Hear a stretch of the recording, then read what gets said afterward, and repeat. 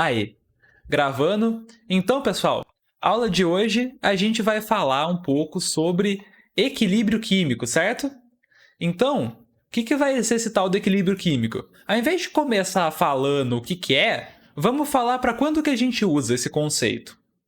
Então, onde que a gente utiliza? Essa teoria que a gente vai ver aqui, ela é utilizada principalmente no estudo de reações reversíveis. Como assim? A reação volta? Volta. Tem algumas reações em que essa volta é muito pequena, a gente praticamente não observa a reação voltando. Mas tem outros casos em que a reação ela tem o sentido direto e o sentido inverso. Ela vai e a volta é significativa, é importante, ela volta bastante. Por exemplo, aqui, ó, essa reação de autoionização da água acontece isso. Por exemplo, eu tenho duas moléculinhas de água que elas podem reagir para formar um H3O+, né? Ó, formou o H+, e o H-. A água, então, ela pode se auto-ionizar, beleza?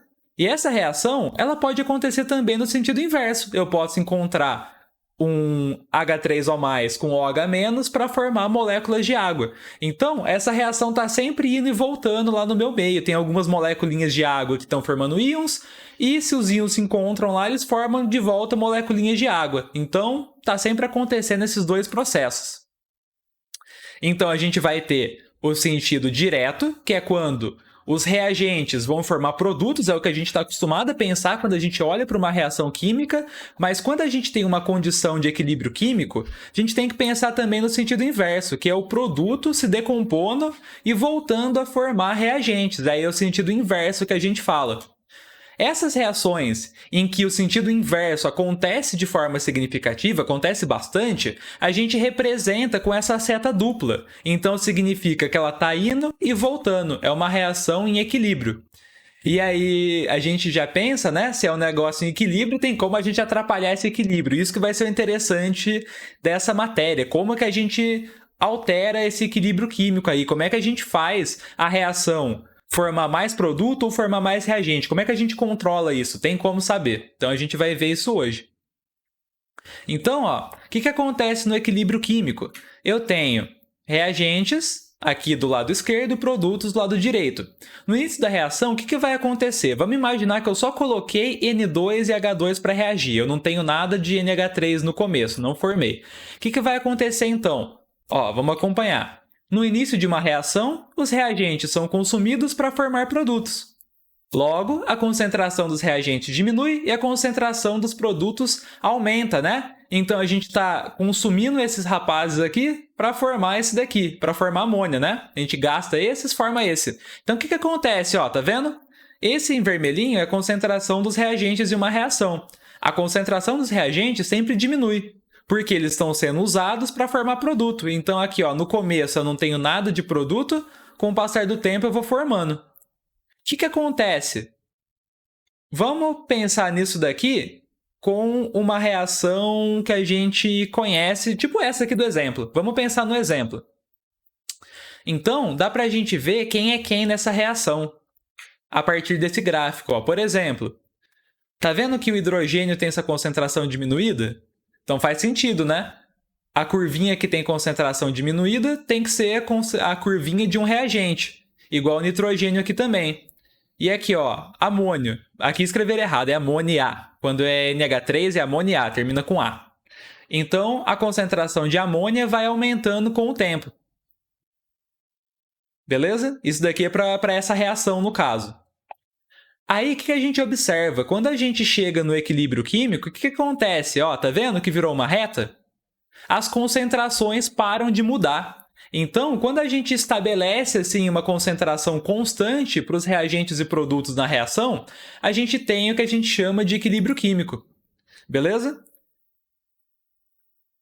E aí, lembrando aqui que no equilíbrio químico, então, ó, a amônia, que é o produto, assim que ela é formada, ela é capaz de se decompor em nitrogênio e hidrogênio, né? O produto também pode se decompor e voltar a formar reagente, é o que a gente está falando de equilíbrio químico. E aí, é a reação inversa, beleza? Agora, como eu estou falando de velocidades, vamos lembrar da aula de cinética química. Como que a gente determina uma velocidade de reação? Ah lá, ó. Quando a gente lembra dessa aula, a gente via que a velocidade de reação ela é determinada pelo quê? Ó, tá vendo esse negocinho aqui? Representa concentração. Então, numa reação química, a velocidade vai depender da concentração dos reagentes e dos produtos. Beleza? Então, vamos pensar o que acontece com a concentração ao longo da reação. Aqui, lembra que a gente tinha feito nessa aula também? A partir desse gráfico, é possível até descobrir qual curva representa qual. Ele não precisou nem me falar aqui. A partir dessa reação, eu consigo saber quem é o A, quem é o B, quem é o C. O que eu tenho que fazer para encontrar isso daí? Se ele me der um gráfico e não falar quem é quem? O que eu acabei de falar. Reagentes são consumidos, então a sua concentração diminui. Os produtos são formados, então a sua concentração aumenta. E o coeficiente estequiométrico também interfere nessas curvas. Quanto maior o coeficiente estequiométrico, né, quanto maior o numerinho aqui, mais essas curvas vão subir ou descer. Então, se tiver, por exemplo, um coeficiente 10 aqui, a curva vai crescer bastante ou diminuir bastante. Se for um número pequenininho, ela praticamente não muda. Então, como é que a gente usa isso para identificar essas substâncias? Ó, o que a gente tem? Só um reagente. Então, a gente só tem uma curva que a concentração diminui com o tempo. Vai ser essa verdinha. E aqui, ó, como é que eu diferencio entre esses dois produtos? Ó, os dois partiram do zero. Quem que cresceu mais? A concentração que vai aumentar mais vai ser de NO2, porque o coeficiente aqui é 4 e do oxigênio é 1. Ah lá, ó, então dá para a gente identificar quem é quem. Aí, o que acontece? Ó, a concentração não influencia a velocidade? Então, no começo, a gente tem muito reagente. Tá vendo? Concentração de reagente está bem alta. Então, a velocidade da reação direta está muito alta. O que acontece? Com o passar do tempo, a concentração do reagente vai diminuindo. Então, a velocidade da reação direta também diminui. Ela vai ficando mais lenta com o tempo.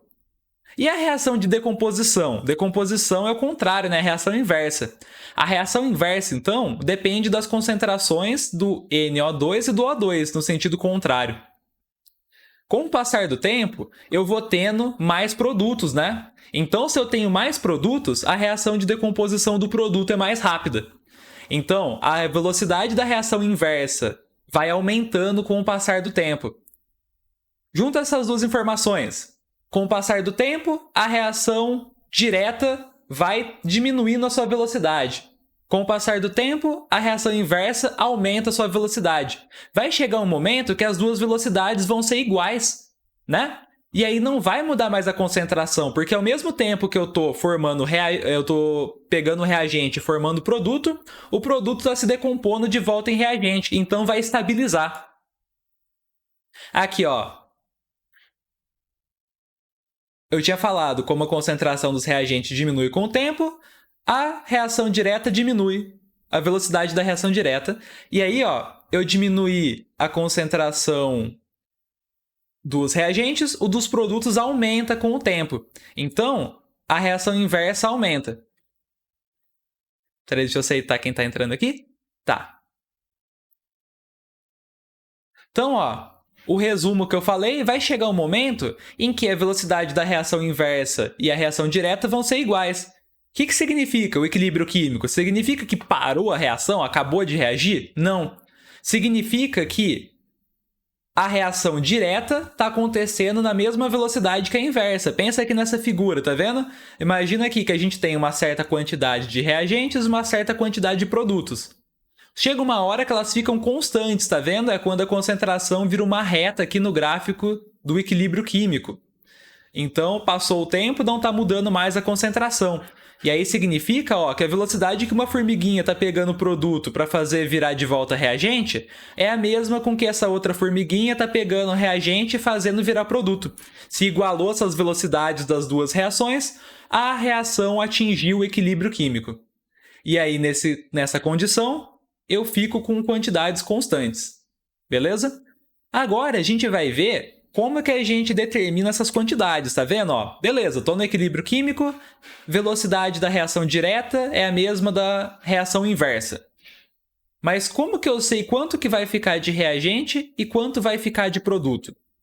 Vai ter mais reagente? Vai ter mais produto? Depende da minha reação. E como é que eu vou caracterizar isso? Vai ser com o que eu chamo de constante de equilíbrio. Então agora a gente vai definir o nosso equilíbrio químico, né? Falei para que utiliza. O equilíbrio químico vai ser a condição em que as concentrações dos reagentes e produtos de uma reação permanecem constantes ao longo do tempo. Então estabilizou a concentração, estou no equilíbrio químico. O que significa que velocidade da reação direta é igual à velocidade da reação inversa. Então, agora vamos trabalhar com as constantes de equilíbrio, que é o que eu falei, que vai me dizer quando eu vou ter mais quantidade de um e mais quantidade do outro, de produto ou reagente. E aí, lembrando que a reação não para no equilíbrio químico, só as velocidades se igualam. Então, a constante de equilíbrio, ela vai me dizer quando eu vou ter mais reagente e quando eu vou ter mais produto. Por exemplo, aqui, ó, tá vendo essa reação? Ela está em equilíbrio. Os quadradinhos estão virando bolinhas, as bolinhas estão virando quadradinhos. Mas o que eu tenho nessa condição de equilíbrio? Sempre eu estou tendo 5 quadradinhos e 5 bolinhas. Não importa que a reação está mudando. Mas aí eu vejo que na média eu tenho 5 quadradinhos e 5 bolinhas. Então, vai ter uma constante de equilíbrio que vai me indicar isso. Que eu vou ter a mesma quantidade de reagente e produto. Então vai ter um número que indica essas proporções das minhas reações que eu vou ter no equilíbrio.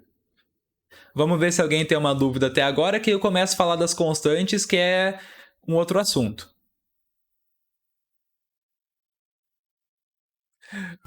Vale a pena ver de novo lá. Nem sabia que vocês iam reconhecer. Vai passando o tempo, no começo você sempre faz as piadas que você conhece, né? Todo mundo entende. Vai passando os anos, uma hora chega um momento da sua vida que você percebe que você tá velho, que é quando você faz uma piada e ninguém entende, porque não é da época das pessoas, era da sua época. Aí você fala, putz, tô velho.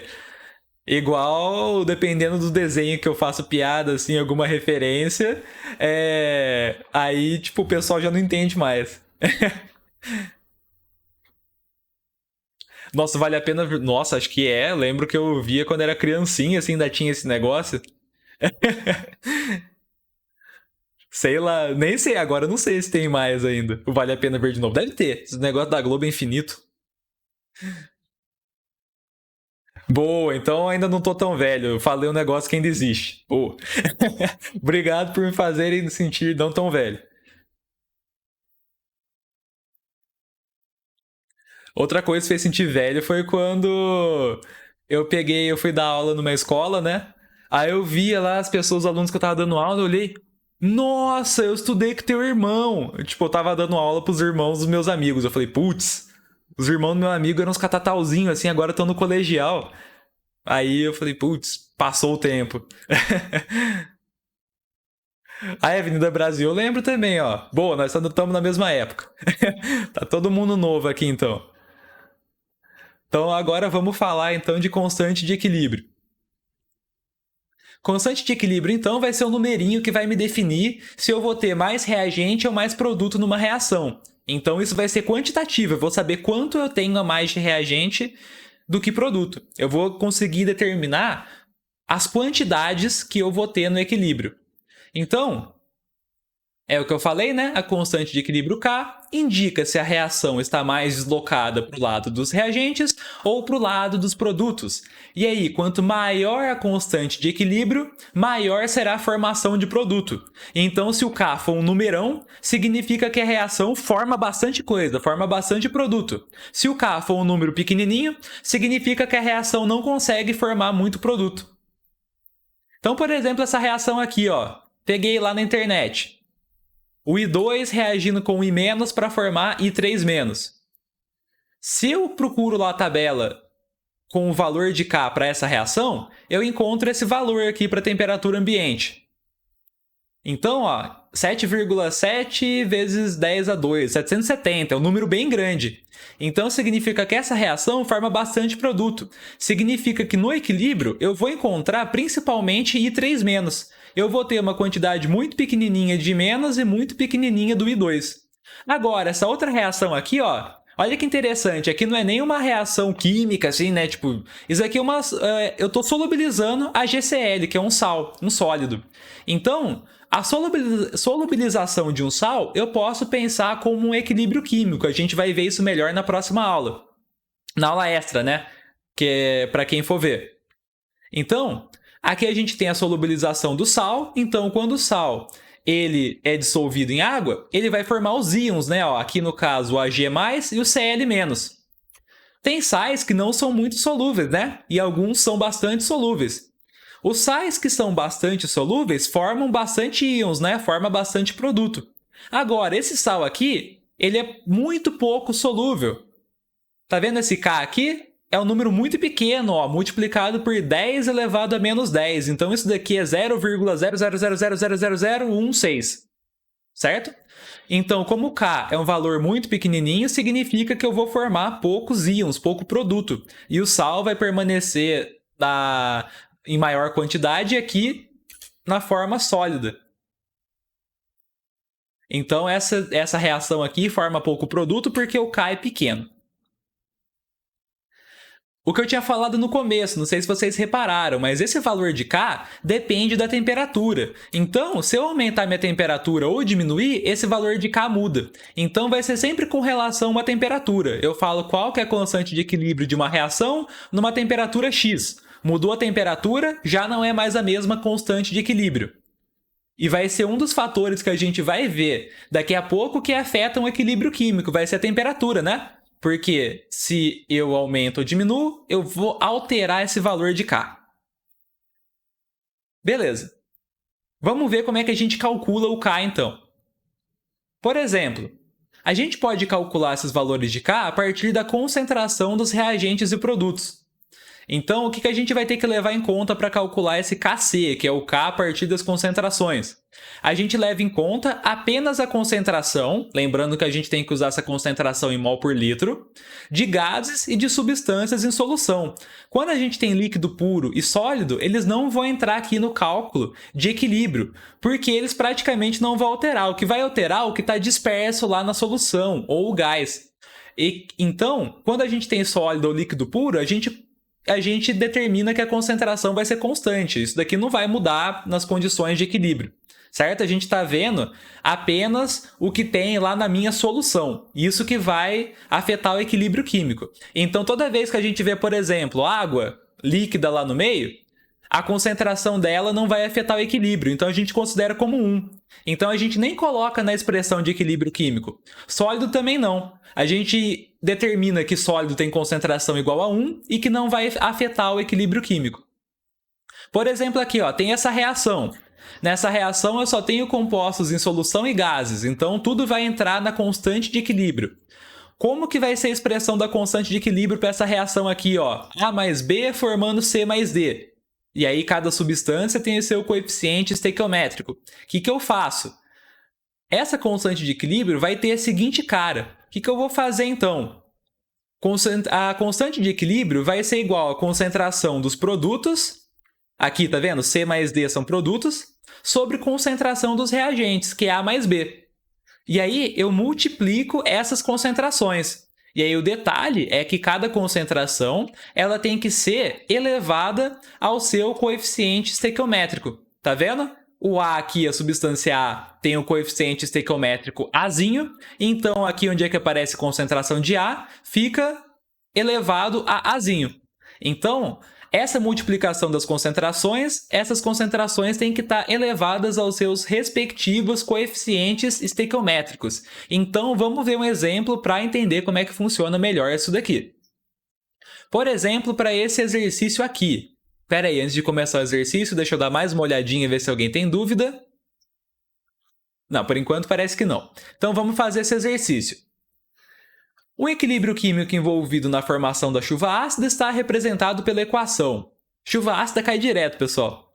Se bobear, até quando vocês forem fazer agora, vai ter uma questão de chuva ácida. Tô no momento mandinar aqui, adivinhando que vai cair no Enem.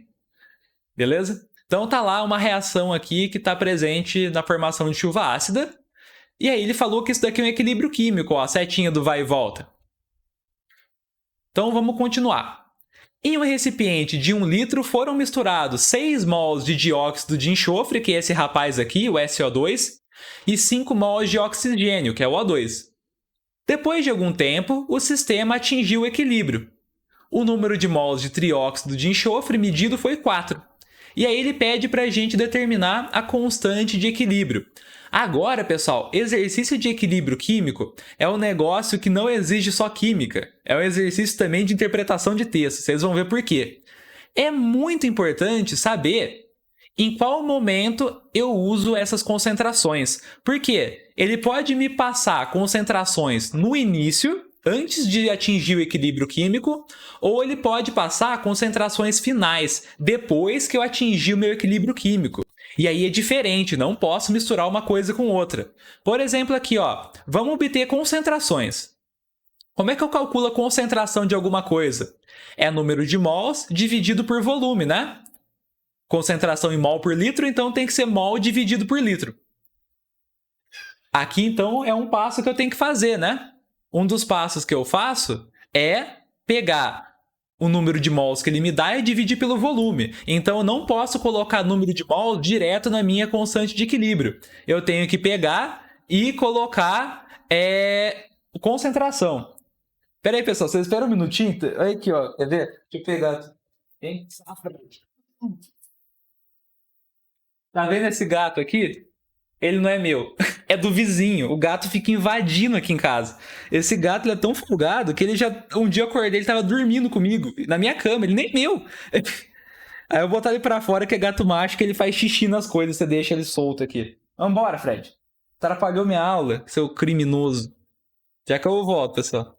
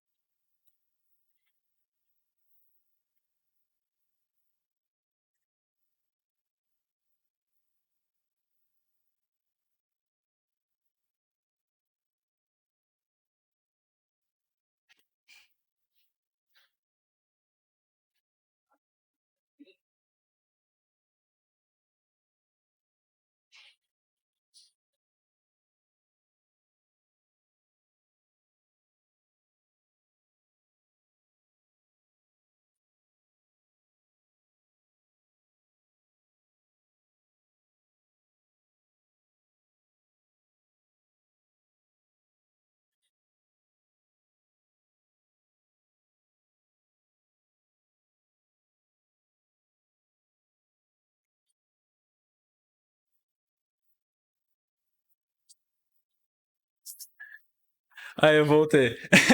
Não, pior que eu tô quase roubando o gato do vizinho mesmo. O gato fica mais aqui do que lá. E esse gato é maluco. Ele aprendeu a entrar em todas as janelas da casa. Qualquer espaço aqui ele sabe entrar. Aí eu tenho que fechar tudo pra ele não ficar invadindo. E minha gata mesmo, a minha gata, sem ser do vizinho, ela não gosta muito dele, não. Eles não se dão tão bem. Aí ele tá tentando roubar o lugar dela. Aí eu tenho que ficar esperto com o Fred aqui. Bom, então vamos continuar aqui. Exercício de equilíbrio químico. O que a gente tem que encontrar? As concentrações finais. Beleza? Então, a gente calcula a concentração de todo mundo, que é pegar o número de mols e dividir pelo volume. Ah lá, ó. Ele falou que eu tinha 6 mols de dióxido de enxofre e um recipiente de 1 litro. Então, ó, 6 dividido por 1. Mesma coisa para os outros. Aí, como é 1 litro, vai dar na mesma, né? Concentração vai ter o mesmo valor que o número de mols. Agora que vem o português. Ó, em um recipiente de 1 litro foram misturados 6 mols de dióxido de enxofre e 5 mols de oxigênio. Depois de algum tempo. Então, o que significa? Significa que isso que eu fiz aqui era o início da minha reação. Então, essas duas concentrações eram concentrações iniciais. Aí, ó, o sistema atingiu o equilíbrio e o número de mols de trióxido de enxofre medido foi 4. Então, isso daqui foi depois que o equilíbrio foi atingido. Então, essa é uma concentração final. Agora, se vocês já viram equilíbrio químico, já tentaram pegar para estudar, agora chega o famoso do equilíbrio químico, que são as tabelinhas. Beleza? Então, esse equilíbrio químico a gente vai entender com base em umas tabelas que vão ser muito importantes. O que tem numa tabelinha de equilíbrio químico? Vão ser todas iguais, mesmo jeito de construção. Eu vou colocar nessa tabela as concentrações em mol por litro. de todas as substâncias presentes na minha reação. Então, eu vou lá, minha reação é essa daqui. Beleza? Então, tenho essas 3 substâncias, os 2 reagentes e o meu produto. O que eu vou ter? Eu vou ter o que acontece no início da minha reação, né? As concentrações iniciais.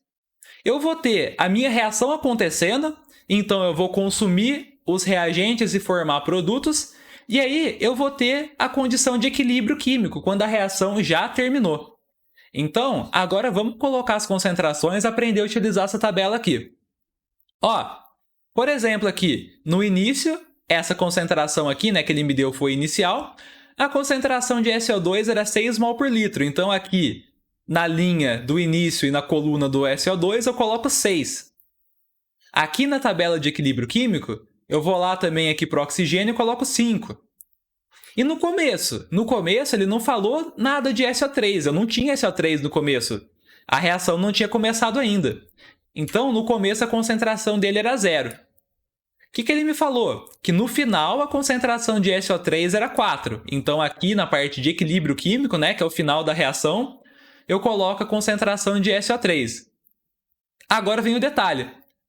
Como que procedeu essa reação? Qual foi a quantidade que reagiu e como é que eu vou descobrir isso? Bom, por enquanto ainda não sei, mas o que eu posso escrever? Eu posso escrever que essas quantidades que vão reagir ou vão ser formadas, elas seguem a proporção da minha reação. Então, por exemplo, se eu formar uma certa quantidade X aqui, ó, tá vendo? Na verdade, 2x. Eu formei uma quantidade 2x de SO3, significa que eu precisei consumir uma quantidade 2x de SO2, tá vendo? Eles vão seguir as proporções estequiométricas e também segue aquela lógica de reagente e produto. Os reagentes vão ser consumidos, então o sinal aqui da concentração diminui, e os produtos vão ser formados, então o sinal aqui é positivo. Tá vendo? Então, quando eu estou formando alguma coisa, a concentração está aumentando, eu coloco como mais. E se for uma coisa que está sendo consumida, eu coloco como menos. E aqui, sempre nessa proporção aqui, eu tenho que colocar o meu coeficiente estequiométrico. Então, se na reação aparece 2 SO2, essa quantidade X tem que ser multiplicada por 2 aqui. E aí, como não aparece nada no oxigênio, é simplesmente uma quantidade X com o sinal negativo. E assim por diante. Essa é a lógica que eu uso para colocar essas proporções na linha do reagiu-formou. E no equilíbrio químico? Ele não falou nada. Quanto que eu tinha de SO2 e O2, só falou quanto que eu tenho no começo. Mas como é que eu vou descobrir? Como que eu descubro quem é esse X? Eu vou fazer o seguinte. Nesse equilíbrio químico, tá vendo que eu passei um tracinho aqui? Então, significa que isso aqui vai ser uma soma. Eu vou somar essas duas linhas do começo e a linha do equilíbrio vai ser o resultado dessa soma. Então, quando eu somo as concentrações que eu tenho no início e o que aconteceu quando a reação prosseguiu, né? O que reagiu e o que formou, eu tenho as minhas concentrações de equilíbrio. Então, a concentração do equilíbrio é resultado dessas duas coisas. Então, beleza. Vamos fazer aqui para o SO3, por exemplo. O que eu sei para o SO3? No início eu tinha uma concentração 0. Eu sei que reagiu um tanto, não sei quanto, mas se for pensar na proporção, é 2x, porque o coeficiente aqui é 2. E aí, no final, quanto que eu obtive? 4 mols por litro de concentração. Então, olha aqui, eu posso montar uma equaçãozinha de primeiro grau. 0, que é o início, mais 2x, que é o reagiu formou, deu uma concentração de 4 mol por litro. Então, significa que x vale 2. Agora, eu consigo descobrir o que aconteceu durante a minha reação para todos os participantes. Tá vendo? Se eu sei que x igual a 2, então, ó, significa que aqui reagiu 2x, né, por causa do coeficiente, então a concentração diminuiu 4 mol por litro. Concentração do O2 diminuiu 2 mol por litro e aqui o SO3 formou 4 mols por litro. Agora, quando eu somo as duas primeiras linhas, eu encontro quais vão ser as concentrações finais, tá vendo? 0 mais 4 dá 4, que é a concentração final do SO3. Agora, eu faço a mesma coisa para o O2 e mesma coisa para o SO2. E aí fica o seguinte, ó. Concentração de SO2 no final vai dar 2. E a concentração de O2 no final vai dar 3, tá vendo? Eu comecei com uma quantidade grande de SO2 e O2, só que uma certa proporção aqui foi consumida para formar meu SO3. E aí no final, ó, sobrou só 2 mol por litro de concentração desse rapaz aqui, 3 mol por litro de O2. Isso aconteceu para formar essa concentração de SO3. Agora que eu tenho as concentrações no equilíbrio, eu posso calcular a minha constante de equilíbrio, que eu vou usar as concentrações que eu tenho lá no equilíbrio químico. E aí, como é que eu faço? Eu uso as minhas concentrações, ó, destaque. Essas concentrações são as concentrações finais que eu obtive a partir da tabelinha. São essas que eu devo utilizar na minha constante. Como é que eu calculo constante de equilíbrio? Eu preciso saber qual é a reação que eu tenho. E aí, como é que eu faço? Concentração de produto dividido por concentração do reagente. Eu multiplico todas as concentrações e aqui, ó, tá vendo? O coeficiente estequiométrico do produto vai aqui em cima, elevando a concentração do produto. As concentrações dos reagentes multiplicadas. Ó, tenho 2 reagentes, então tenho multiplicação de 2 concentrações. Cada reagente está elevado ao seu coeficiente estequiométrico. Agora, eu vou substituir, então, o valor das concentrações que eu encontrei. Olha lá, ó, concentração de SO3 final, quanto foi? 4. Concentração de SO2 final, 2. Concentração de O2 final, foi 3. E aí, agora eu simplesmente resolvo essa continha. Vai dar, ó, 16 sobre 2, aproximadamente 1,33. Então, nessas condições em que foi feitas as medições de concentração, o valor de K é 1,33. Então, é dessa forma que a gente encontra a constante de equilíbrio nos exercícios. Beleza? Se alguém tiver alguma dúvida, pode perguntar que eu volto, porque isso é muito importante. Os exercícios de equilíbrio químico são todos dessa forma que resolve. Às vezes tem alguns detalhes, alguma forma diferente de encontrar as concentrações, mas todo exercício de equilíbrio químico tem que fazer a tabelinha e calcular o valor de K, montar essa expressão da constante de equilíbrio.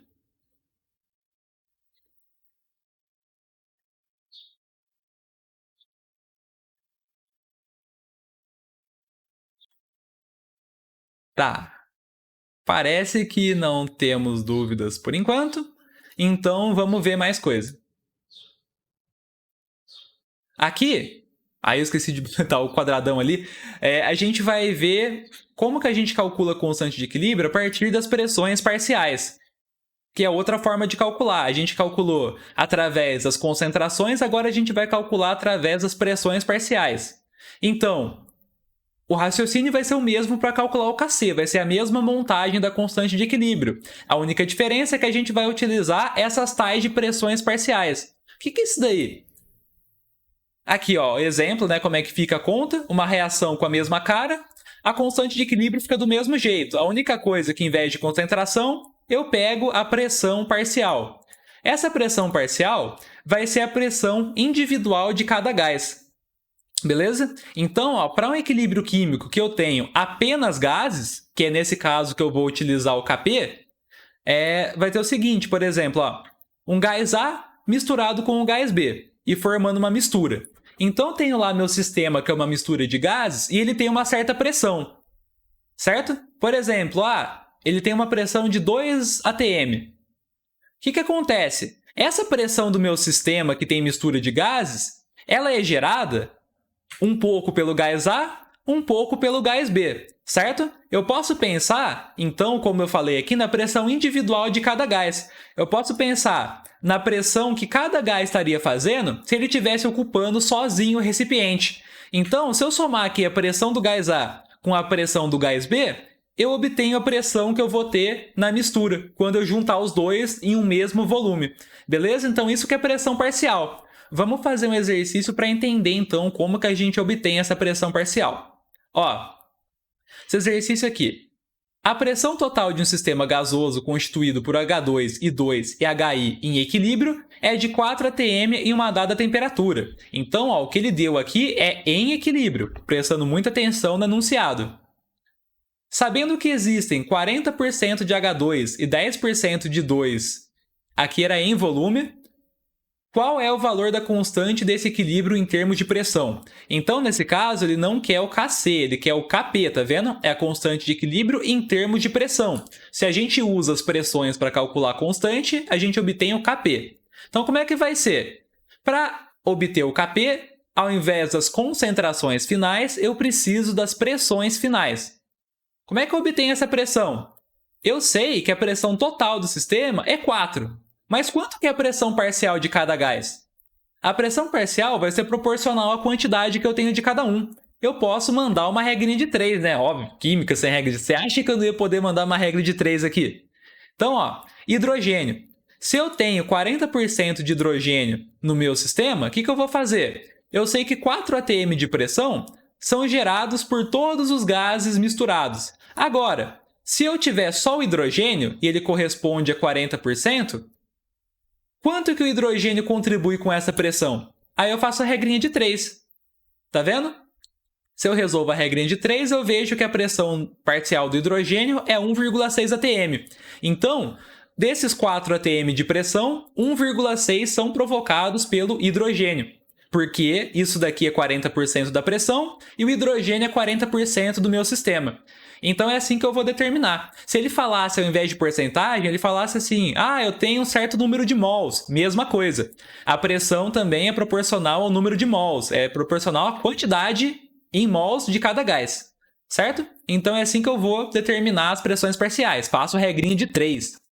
E aí, como ele disse no enunciado, essas pressões são pressões finais. Então faço isso para todo mundo. Ó. O iodo é 10%, então a pressão parcial dele é 10% de 4 atm, que dá 0,4. E do ácido iodídrico, né, o meu HI, é 50%, porque é o que faltou. Lembrando que se eu só tenho isso no meu sistema, eu tenho 40% de H2, 10% de 2, o que sobrou tem que ser o HI. Então, o que falta para completar o 100% é 50% de HI. Então, metade dessa pressão, né, 2 atm, vão ser por causa do HI. Agora, eu obtive, então, as minhas pressões finais. Com isso, eu posso calcular o Kp. Como é que eu monto o Kp? Mesmo raciocínio do Kc. Eu pego agora as pressões parciais, faço pressão parcial de produto dividido por pressão parcial do reagente, e cada pressão parcial tem que estar elevada ao seu coeficiente estequiométrico. E agora é só substituir valor e fazer a conta. Olha lá, ó. O HI, a pressão final é 2. Pressão final do iodo é 0,4 e a pressão final do H2 é 1,6. E aí, esse daqui é o valor de Kp. E aí, o Kp, então, se eu fizer a continha, vai dar 6,25. Tá vendo? Praticamente a mesma coisa o raciocínio. Aqui nesse caso eu não fiz a tabelinha porque ele já me falou quais eram as pressões finais. O cara aí foi firmeza. A gente faz a tabelinha então para encontrar quais vão ser as concentrações finais quando o exercício só me dá as concentrações iniciais. Beleza? Então para isso que usa a tabelinha. Mas se o cara for firmeza aí, já der tudo bonitinho para eu resolver a conta, ok. Determinei as concentrações finais, posso colocar na formulinha. Beleza? Então, esse é através das pressões parciais. Vamos ver se alguém falou alguma dúvida aí. Tá.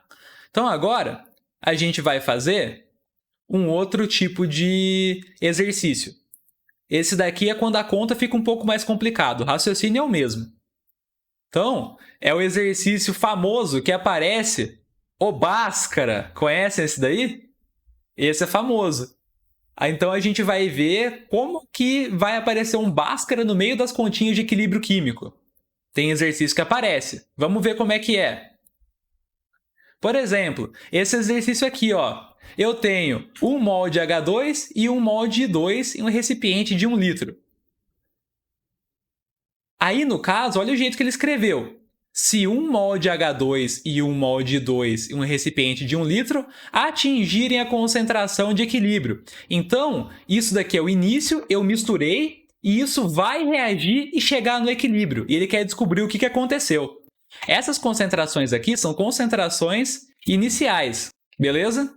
E ele quer saber quanto que eu vou formar de HI no final do equilíbrio químico. E ele já me deu a constante de equilíbrio. Então agora é o contrário. Eu conheço a constante e quero descobrir a concentração final. Como é que eu faço? Nesse tipo de exercício, eu também vou ter que montar minha tabelinha, né? Olha como é que fica. Eu coloco as concentrações iniciais. Aqui no caso, pessoal, ele colocou já o número de mols, por quê? Porque o volume era de 1 litro. Então, a concentração vai ser a mesma coisa que o número de mols. Mas a gente não pode fazer isso normalmente, tá? A gente só faz isso quando o volume é 1 litro, porque aí a concentração fica igual ao número de mols. Mas temos que lembrar que no equilíbrio químico só pode usar concentração e não o número de mols. Beleza? Mas aqui era a mesma coisa. Então, ele já colocou direto lá número de mols. Então, 1 mol de H2, 1 mol de I2. No começo, então, não tinha nada de HI ainda. Aí, a gente vai fazer a nossa reação química. Qual que é a proporção da reação? Vai ser... aqui, ó, olha a nossa reação aqui em cima. 1 para 1 para 2. Então, as quantidades que reagem e formam são x, x e 2x. Certo? Tem que seguir a proporção da reação. Como é que vai ficar no equilíbrio? Eu junto tudo. Aqui, no caso, ele fez uma subtração ao invés de colocar o sinal de menos direto aqui. Mas então, ó, o final vai dar isso mesmo. Tá vendo? Entende? Tá vendo o raciocínio aqui? Quantidade inicial era 1. Reagiu uma proporção x. Só que, como isso daqui é reagente, a concentração diminui. Por isso que aparece menos x. Mesma coisa aqui. Aqui, no caso, ó, eu tinha uma concentração 0 e eu formei uma concentração 2x, por isso que o sinal é positivo. Então, para produto, o sinal é positivo, para reagente, o sinal aparece negativo. E aí, aparece uma equação aqui, matemática, no lugar das quantidades em equilíbrio. Ó. Quantidade em equilíbrio de H2, 1 menos x. Quantidade em equilíbrio de 2, 1 menos x. Quantidade de equilíbrio de HI, 2x. O que eu vou fazer agora? Eu não tenho valores, mas eu tenho expressões matemáticas que me falam as concentrações. Eu vou substituir essas expressões no lugar das concentrações da constante de equilíbrio. Então tá lá, ó, monto a minha constante de equilíbrio. Concentração de produto por reagente, concentrações aparecem multiplicadas. Cada concentração tem que estar elevada ao seu respectivo coeficiente estequiométrico. Vai dar isso daqui. Agora, substituindo valores. Ó, a constante de equilíbrio ele falou que vale 49. Aqui as quantidades de equilíbrio, eu não encontrei um valor numérico por enquanto, mas eu sei a expressão para cada uma delas, tá vendo? Então, no lugar de concentração de HI, eu coloco 2x. No lugar das concentrações de H2 e 2, eu coloco 1 menos x. Beleza? E agora, o que vai dar isso daqui? Vai dar uma famosa, né, equação de segundo grau. Tá vendo que aparece x² aqui? Então, eu vou só simplificar isso daqui matematicamente para descobrir que equação que eu vou ter que resolver. Vamos ver se alguém tem uma dúvida por enquanto. Então, ó, simplificando essa equação aqui. Resolvi o 2x aqui ao quadrado, né? Lembrando que está entre parênteses 2x, então tem que fazer 2 ao quadrado e x ao quadrado. Aqui embaixo eu faço a distributiva. Fiz a distributiva, deu isso daqui. Agora eu jogo todo mundo que está aqui embaixo multiplicando para o lado esquerdo. Ah, na real o cara já fez tudo de uma vez, beleza. A gente jogou isso aqui para o lado esquerdo e passou o 4x² subtraindo para a esquerda e a gente isolou aqui a nossa equação de segundo grau, tá vendo? Então deu 45x² menos 98x mais 49. Então isso aqui agora virou matemática, não é mais química. A partir disso eu tinha que encontrar a equação de segundo grau. Agora eu vou ter que resolver, que é com o famoso Bhaskara. Então vamos lá, se a gente fizer o Bhaskara nessa equação, vamos fazer mais... Não vamos perder tanto tempo, né? Porque Bhaskara é um negócio que a gente vê há milênios atrás, mas aí vocês fazem um pouquinho para treinar, ver se vocês ainda lembram o Bhaskara. Então tem que fazer o Bhaskara para encontrar essa equação aqui. Famosa formulinha do Bhaskara, substituo os valores, calculo, vou encontrar 2 valores de x, né? Porque a equação de segundo grau tem 2 raízes. Mas espera lá, então eu tenho 2 concentrações possíveis aqui? Na real eu não tenho, por quê? Quais são os 2 valores de x que eu encontro? Eu encontro que, para solucionar essa equação, serve x igual a 1,4 ou x igual a 0,78. São as 2 concentrações aqui possíveis. Mas, ó, vamos pensar na nossa reação. Essa daqui é a quantidade que eu vou reagir de H2 e de 2. Quanto que eu tinha no começo? 1. Quanto que eu vou reagir se eu tiver o X1? 1,4. Tem como eu consumir mais do que eu tenho no começo? Não rola, né? Não tem como. Eu não tenho quantidade suficiente para reagir tudo isso daqui, não. Então, o único número que faz sentido é o 0,78, porque eu consigo tirar 0,78 desse 1 mol inicial aqui. Mas 1,4 é muito grande, não tem como fazer essa conta, então não tem significado. Certo? Então a gente utiliza esse valor de x2. Aí, ó, quando eu faço, então, 1 menos 0,78, eu encontro a concentração de H2. 1 menos 0,78, eu encontro a concentração de 2. Se eu faço 2 vezes 0,78, eu encontro a concentração de HI. Agora vamos ver o que ele perguntou. Ele perguntou concentração de HI. Então, eu faço 2 vezes 0,78, porque a expressão aqui da concentração de HI no final é 2x.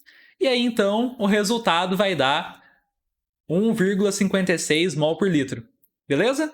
Então, esse é outro tipo de raciocínio que eu posso utilizar nos meus exercícios. Quando ele dá o valor da constante de equilíbrio ao invés de pedir, por vezes vai surgir um Bhaskara aqui quando eu faço o cálculo da expressão da constante de equilíbrio. Às vezes da equação de primeiro grau, mas vai dar uma equação aqui que eu vou ter que resolver para encontrar esse valor de x desconhecido. Beleza? Então, esse é outro tipo de exercício que eu posso ter. Vamos ver se alguém mandou alguma dúvida. Bom, por enquanto, não mandou. Então, pessoal, de conta, vai ser mais ou menos isso que vocês vão encontrar nos exercícios de equilíbrio químico. Agora, vamos ver mais algumas coisas, uma parte de teoria do que a gente pode ter que afeta o equilíbrio químico. Beleza? Então, que fatores que vão afetar esse equilíbrio? Vamos ver os possíveis fatores. Em todos esses casos, a gente vai utilizar o princípio desse cara aqui, o princípio de Le Chatelier. O que diz o princípio de Le Chatelier?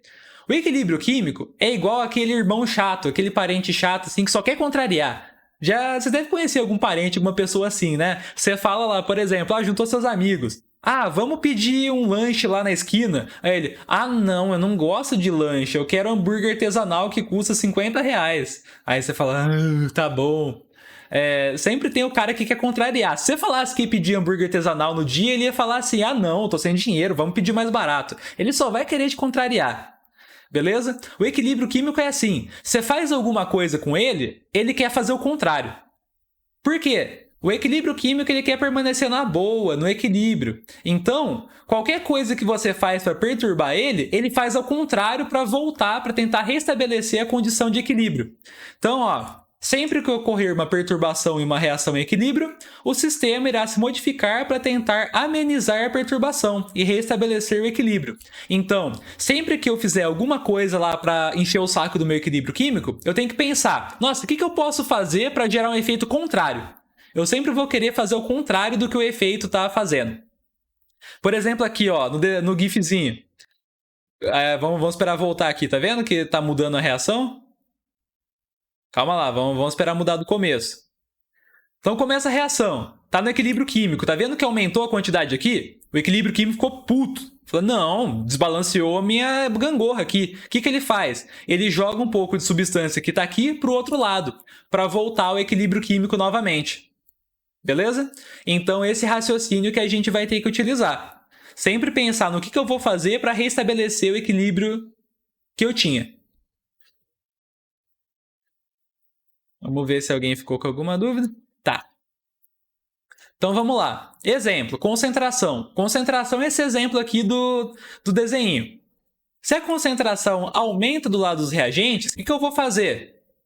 Eu vou querer anular essa perturbação. Eu não quero que fique mudando minha concentração. Estava no equilíbrio, estava bom, por que eu vou mudar? Eu quero voltar para a minha condição de equilíbrio. Então, se eu aumentei reagente, o que eu vou fazer? Eu vou pegar um tanto desses reagentes que eu aumentei e vou transformar em produto. Beleza? Porque aí eu diminuo a concentração que eu adicionei a mais do reagente.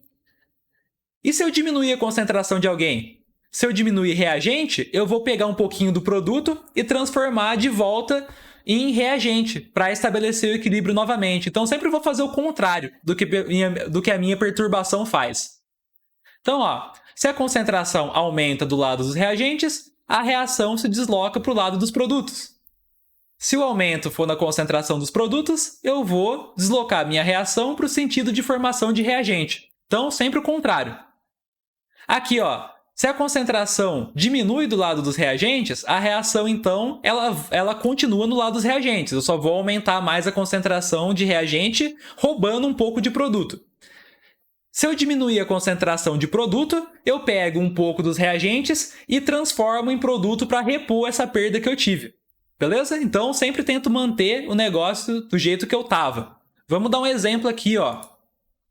Essa reação aqui, formação de amônia, que a gente já viu várias vezes, tem reagente e produto. Ó, tava tudo em equilíbrio. As concentrações todas bonitinhas, constantes, e aí a Nação do Fogo atacou e virou uma bagunça. Tá, o que a gente vai fazer? Vamos ver qual foi a perturbação.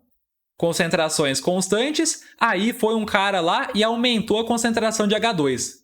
Jogou de uma vez mais um monte de H2. O que a reação vai falar? Putz, por que você fez isso, cara? Tava bom. Não, para com isso. Vamos voltar para o equilíbrio. O que acontece? Se tava bom, tava tudo certo, e agora eu tô com H2 em excesso, eu vou consumir um pouco desse H2 para restabelecer o meu equilíbrio químico. Como é que eu vou consumir H2? Eu vou reagir H2 com N2. E aí eu vou formar mais amônia. Tá vendo o que acontece então? Aumentou a concentração de A2, eu vou reagir um pouco mais. Pego esse H2 em excesso, vou reagir um tanto dele com o N2, ó, tá vendo que a concentração de N2 diminui?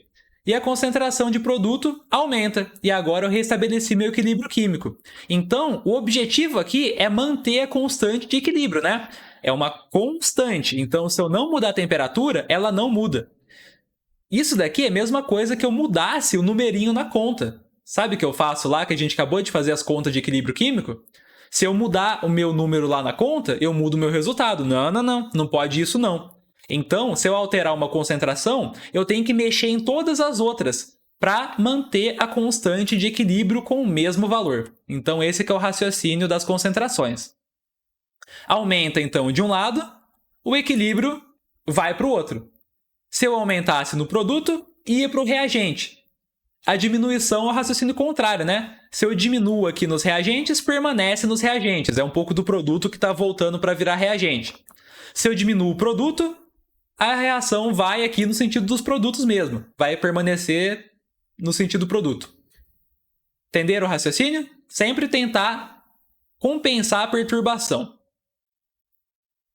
Agora, deixa eu ver aqui se mandaram dúvidas. Tá, então agora a gente vai ver sobre a temperatura. Temperatura também vai ser o mesmo raciocínio, pessoal. Se a temperatura aumenta, eu vou ter que dar um jeito da temperatura baixar de novo. E se a temperatura diminuir, eu vou querer aumentá-la de novo. Então, sempre que ocorre o aumento da temperatura, a reação se desloca no sentido endotérmico. Então, o que é o sentido endotérmico? É quando a reação absorve calor. Ó, ΔH maior que zero. Espera aí que aqui eu coloquei errado no slide. Cadê o slide que eu estou aqui? Temperatura. O de baixo é menor que... Não mudei aqui. Que libera calor. ΔH é menor que zero.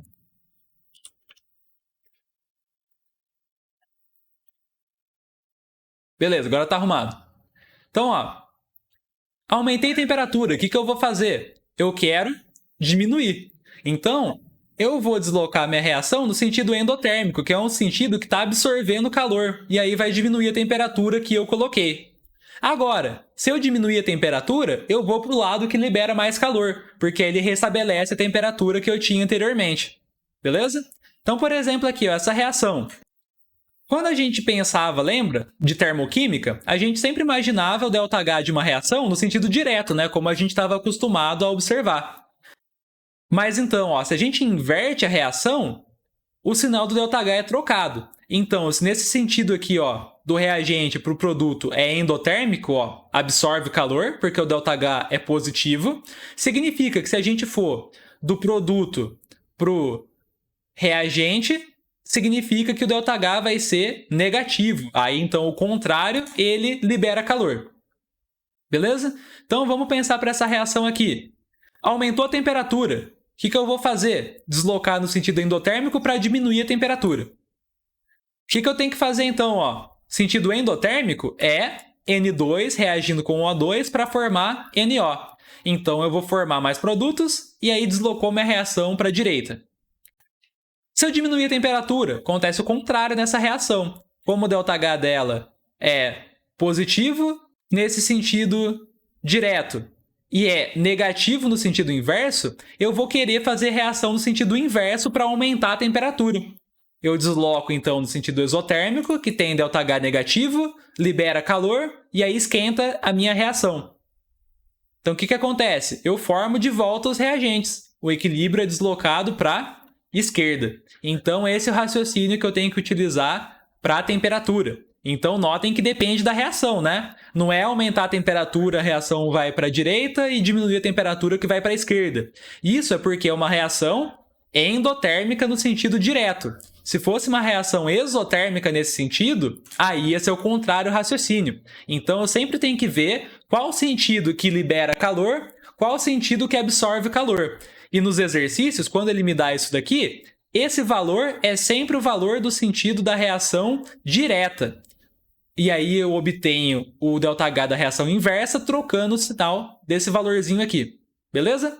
Então, esse é o raciocínio que eu utilizo com temperatura. Agora vamos ver um exemplinho aqui, ó. Tá vendo aqui? Tem a reação atrás. O que é essa reação? Reagentes e produtos. O reagente é rosinha. O produto, ele é azulzinho. Essa reação ela é endotérmica nesse sentido. Então, quando eu estou aumentando a temperatura, ó, tá vendo? Eu coloquei num banho de água quente. A reação ela quer deslocar no sentido endotérmico, que absorve essa temperatura, que é o sentido direto, tá vendo? Ó, quando eu começo a esquentar, ela começa a ficar azul, porque ela está deslocando no sentido de formar produto, está deslocando para a direita, que é o sentido endotérmico. Então, esse é o raciocínio que a gente utiliza. E aí dá para ver aqui nos experimentos. Isso daqui é um jeito de ver na prática, né? Porque a gente está falando, imagina se todo mundo for transparente, todas as substâncias for incolor lá na hora que eu estou observando. Se todo mundo for incolor, não dá para eu perceber, mas ó, nessas reações em que as coisas têm cores, eu observo visualmente o equilíbrio sendo perturbado. Agora, outra coisa que afeta o equilíbrio químico, a pressão. Então, sempre tentar combater a perturbação, né? Então, ó, aumentei pressão, a reação tem que deslocar para o sentido que tem menor número de mols de gases. Por quê? Ó? O gás é um negócio que ocupa um volume muito grande. É ele que vai ser responsável pela pressão que eu tenho no sistema. Líquido e sólido praticamente não interfere na pressão. Então, quando a gente está pensando no efeito da pressão em um equilíbrio químico, é sempre pensando com respeito aos gases. Então, eu vou contar quantos eu tenho de gás no lado dos reagentes, quanto eu tenho nos produtos. Então, eu vou contar o número de mols, beleza? Quer ver? Ó, exemplo aqui. Na mesma reação que a gente fez lá no endotérmica e exotérmica. Mesma reação. O que eu tenho? Gás, ó, O2 gasoso, NO gasoso. Então, é todo mundo gás. Quantos mols de gás eu tenho? No total, em cada lado. Eu tenho 2 mols nos reagentes, né? Somo 1 com 1. 2 mols nos produtos. Aqui, ó, numerinho 2. Nessa reação, eu tenho o mesmo número de mols de gás na esquerda e na direita, no reagente e no produto. Então, essa reação aqui não vai ser afetada pela pressão. As reações que são afetadas pela pressão têm número de mols de gás diferente dos dois lados. Então, ó, vamos ver um exemplo. Essa reação aqui é da formação da amônia, que a gente já viu milhões de vezes. Vamos contar o número de mols de gás que a gente tem, ó. Eu tenho 1 mais 3, 4 mols de gás nos reagentes e 2 mols de gás nos produtos. Então, tem mais gás no sentido aqui dos reagentes do que nos produtos. Aí o raciocínio vai ser o seguinte, ó, aumentei a pressão. Se ocorre o aumento da pressão, a reação se desloca no sentido com menor número de mols de gás, para diminuir a pressão. Então, quanto mais gás eu estou colocando no meu sistema, mais pressão está ficando. Então, se eu aumentei a pressão, eu vou dar um jeito de diminuir. Como é que eu diminuo? Formando menos gases, ó, tá vendo? Esse lado tem menos gás, então se eu aumentar a pressão, eu me desloco para ele, no sentido de formação da amônia. Agora o contrário, se eu diminuir a pressão, eu quero aumentar de volta, não quero ficar desse jeito não, eu quero voltar ao normal. Então, quando eu diminuo a pressão, eu vou dar um jeito de aumentar. Como é que eu aumento? Eu desloco uma reação para formar N2 e H2, ó, porque desse lado forma 4 mols de gás. Então vai ter mais moléculas lá de gás fazendo mais pressão e eu compenso a perturbação. Então, nesse caso, quando tem número de mols de gás diferente, a pressão afeta o equilíbrio. Ah lá, ó. Para essa reação, então, né? Mesma coisa que para a temperatura. Esse raciocínio depende da minha reação química. Então, essa é uma reação química que tem mais gás nos reagentes do que nos produtos. Então, para esse tipo de reação, se eu aumento a pressão, desloca a reação no sentido direto, para diminuir a quantidade de gás. E se eu diminuo a pressão, eu desloco a reação no sentido inverso para aumentar a quantidade de gás que eu tenho e reestabelecer a pressão. Então, esse raciocínio que eu vou utilizar. Ah lá o exemplo aqui, tá vendo? Como que eu boto pressão? Diminuindo o volume, né? Deixei o negócio mais apertado. Então, ó. Quer ver? Voltou do... Acho que não voltou ainda. Tá, vamos esperar o negócio voltar do começo. Ó. Pera aí, acho que vai começar o GIF de novo. Ah lá, começou. Diminuiu o volume. Olha a pressão aqui em cima, aumentou. O que vai acontecer? A minha reação, então, vai deslocar no sentido de formar AB, tá vendo? Aqui tem 1 mol de gás, desse lado tem 2. Então, eu estou indo para o lado do AB, estou formando mais moleculinhas pretas, porque assim eu diminuo o tanto de moléculas que eu tenho. E aí eu restabeleço a minha pressão. Tá vendo? Então fica nesse vai e volta. A reação sempre fica mudando o sentido para tentar manter a pressão constante. E esse é o raciocínio que a gente utiliza para pressão. Agora, lembra que a gente tinha visto esse tal do catalisador lá na aula de cinética química? O catalisador, o que ele fazia? Ele acelerava a velocidade da reação. Ele vai afetar o equilíbrio químico? Spoiler, não vai. Então, ó, a presença de catalisador não afeta uma reação em equilíbrio. Por quê? Mas, professor, não vai fazer a reação acontecer mais rápido? Vai. Só que o catalisador ele aumenta tanto a velocidade da reação direta quanto a velocidade da reação inversa. Portanto, a constante de equilíbrio não é afetada. E as concentrações no equilíbrio também não. Então, o equilíbrio vai ficar do mesmo jeito. Qual que é a diferença?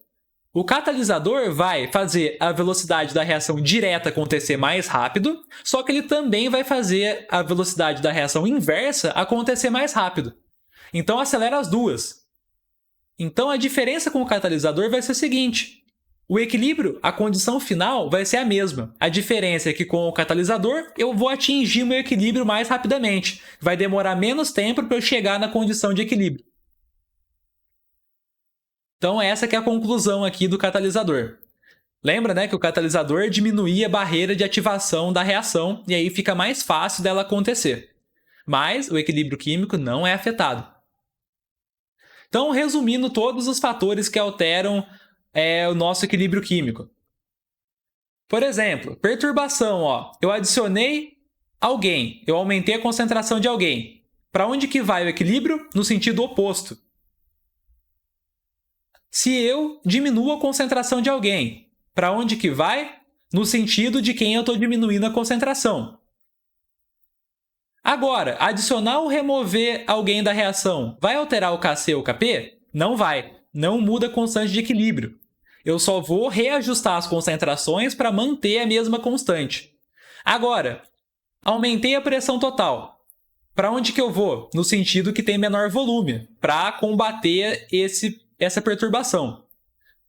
Contrário também, né? Diminuo a pressão, eu tento aumentar o volume para restabelecer a pressão que eu tinha. E pressão também não vai alterar o valor de Kc ou Kp. Eu só vou reajustar lá o que eu tenho no meu equilíbrio para manter a mesma constante. Agora, temperatura afeta a constante de equilíbrio. Se eu aumentar a temperatura, a reação vai no sentido endotérmico para tentar abaixar essa perturbação que eu fiz. E se diminuir, eu vou no sentido exotérmico para liberar energia e aumentar a temperatura de novo e tentar amenizar a perturbação que eu fiz. E isso altera Kc e Kp. Agora, catalisador só vai fazer o equilíbrio acontecer mais rapidamente. Ele não vai deslocar equilíbrio para nenhum lado e ele não vai alterar o valor das constantes. Então, esse é o resumão dos efeitos que eu posso ter no meu equilíbrio químico. Beleza? E aí, na próxima aula, para não ficar muito longo, eu falo como a gente pode utilizar os conceitos de equilíbrio químico em solubilidade. Eu dei um exemplinho na aula de hoje, né? Só que a gente fala mais disso. Dá para saber, então, quanto que a gente vai ter de cada íon no equilíbrio. A gente vai ter que fazer as tabelinhas, né, de equilíbrio. E também pH, que vai ser aquele equilíbrio relacionado à formação de H+, e de OH- na água, né, que vai ser muito importante. Beleza? Então a gente trata desses equilíbrios químicos depois. Aí eu vou gravar um dia lá que der tempo, assim. Se eu tiver menos ocupado, eu posto lá opções para vocês escolherem de horário. Se não, eu gravo no horário lá que eu posso, só que eu divulgo o horário e quem quiser pode acompanhar a aula ao vivo para fazer perguntas. E eu posto conteúdo adicional. Beleza? Então, por hoje é só, pessoal. Vamos ver se alguém está com alguma dúvida aqui agora.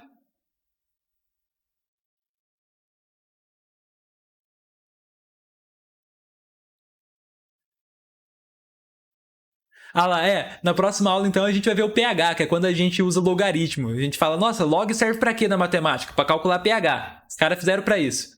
Não, brincadeira, não sei se foi pra isso, mas usa. É muito útil nessa parte de equilíbrio químico. Então, pessoal,